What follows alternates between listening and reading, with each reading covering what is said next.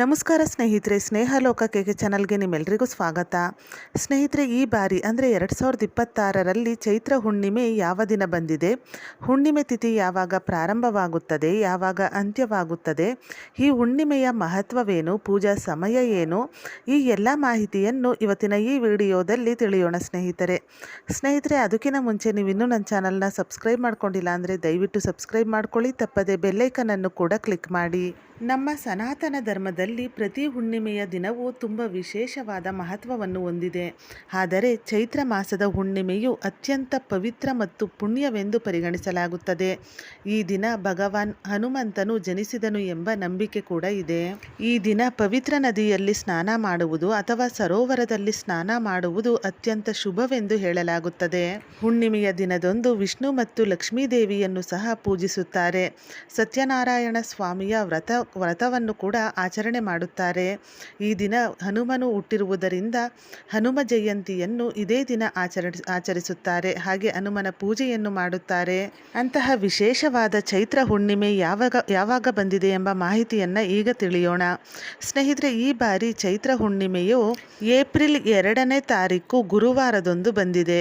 ಇನ್ನು ಹುಣ್ಣಿಮೆ ತಿಥಿ ಯಾವಾಗ ಪ್ರಾರಂಭವಾಗುತ್ತದೆ, ಯಾವಾಗ ಅಂತ್ಯವಾಗುತ್ತದೆ ಎಂಬ ಮಾಹಿತಿಯನ್ನು ತಿಳಿಯೋಣ. ಹುಣ್ಣಿಮೆ ತಿಥಿ ಪ್ರಾರಂಭವಾಗುವುದು ಏಪ್ರಿಲ್ 1ನೇ ತಾರೀಕು ಬುಧವಾರ ಬೆಳಿಗ್ಗೆ 7:06 ಪ್ರಾರಂಭವಾಗಿ ಹುಣ್ಣಿಮೆ ತಿಥಿ ಅಂತ್ಯವಾಗುವುದು ಏಪ್ರಿಲ್ 2ನೇ ತಾರೀಕು ಗುರುವಾರ ಬೆಳಿಗ್ಗೆ 7:41. ಹೆಚ್ಚಿನ ಪ್ರಮಾಣದ ಹುಣ್ಣಿಮೆ ತಿಥಿ ಏಪ್ರಿಲ್ 1 ಬುಧವಾರ ಇದ್ದರೂ ಕೂಡ ಸೂರ್ಯೋದಯದ ಪ್ರಕಾರ ಈ ಒಂದು ಚೈತ್ರ ಹುಣ್ಣಿಮೆ ಅಥವಾ ಹನುಮ ಜಯಂತಿಯನ್ನು ಏಪ್ರಿಲ್ 2ನೇ ತಾರೀಕು ಗುರುವಾರದಂದು ಮಾಡಲಾಗುತ್ತದೆ. ಇನ್ನು ಹುಣ್ಣಿಮೆಯ ಪೂಜೆಗೆ ಶುಭ ಸಮಯವನ್ನು ನೋಡುವುದಾದರೆ ಈ ದಿನ ಹುಣ್ಣಿಮೆಯ ಪೂಜೆಗೆ ಶುಭ ಸಮಯ ಬೆಳಗ್ಗೆ ಬ್ರಾಹ್ಮಿ ಮುಹೂರ್ತದಲ್ಲಿ ಪೂಜೆ ಮಾಡಿ.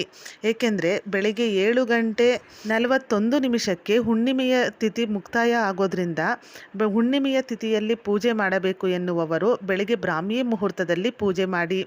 ಆ ಸಮಯದಲ್ಲಿ ಪೂಜೆ ಮಾಡಲು ಸಾಧ್ಯವಾಗದವರು ಈ ದಿನದ ರಾಹುಕಾಲವನ್ನು ಬಿಟ್ಟು ಮಿಕ್ಕ ಸಮಯದಲ್ಲಿ ಪೂಜೆ ಮಾಡಿ. ಏಕೆಂದರೆ ಸೂರ್ಯೋದಯದ ಪ್ರಕಾರ ಈ ದಿನ ಹುಣ್ಣಿಮೆ ಮತ್ತು ಹನುಮ ಜಯಂತಿ ಬಂದಿರೋದ್ರಿಂದ ಆದಷ್ಟು ಬ್ರಾಹ್ಮಿ ಮುಹೂರ್ತದಲ್ಲಿ ಪೂಜೆ ಮಾಡಿ. ಬ್ರಾಹ್ಮಿ ಮುಹೂರ್ತದಲ್ಲಿ ಪೂಜೆ ಮಾಡಲು ಸಾಧ್ಯವಾಗದವರು ರಾಹುಕಾಲವನ್ನು ಬಿಟ್ಟು ಮಿಕ್ಕ ಸಮಯದಲ್ಲಿ ಪೂಜೆ ಮಾಡಬಹುದು. ಹನುಮಂತನು ಹುಟ್ಟಿರುವಂತಹ ಈ ಚೈತ್ರ ಹುಣ್ಣಿಮೆಯ ದಿನದಂದು ಹನುಮನ ಪೂಜೆಯನ್ನು ಮಾಡಿ ಆಂಜನೇಯನ ದೇವಸ್ಥಾನಕ್ಕೆ ವಿಳೆದೆಲೆಯ ಹಾರವನ್ನು ಮಾಡಿ ಆಂಜನೇಯನಿಗೆ ಅರ್ಪಿಸುವುದರಿಂದ ನಿಮ್ಮ ಎಲ್ಲ ದೋಷಗಳು ನಿವಾರಣೆಯಾಗುತ್ತದೆ. ಸ್ನೇಹಿತರೆ, ಇವತ್ತಿನ ಈ ವಿಡಿಯೋ ನಿಮಗೆ ಇಷ್ಟವಾದಲ್ಲಿ ವಿಡಿಯೋನ ಲೈಕ್ ಮಾಡಿ, ಹಾಗೆ ನಿಮ್ಮ ಫ್ರೆಂಡ್ಸ್ ಆ್ಯಂಡ್ ಫ್ಯಾಮಿಲಿಗೂ ಈ ವಿಡಿಯೋವನ್ನು ಶೇರ್ ಮಾಡಿ. ಇದೇ ಥರದ ಮತ್ತಷ್ಟು ಮಾಹಿತಿಗಾಗಿ ಸ್ನೇಹಲೋಕ ಚಾನಲ್ನ ಸಬ್ಸ್ಕ್ರೈಬ್ ಮಾಡಿಕೊಂಡು ಸಪೋರ್ಟ್ ಮಾಡಿ. ಕೊನೆ ತನಕ ವಿಡಿಯೋ ನೋಡಿದ ಎಲ್ಲರಿಗೂ ಧನ್ಯವಾದಗಳು. ಸರ್ವೇ ಜನ ಸುಖಿನೋ ಭವಂತು.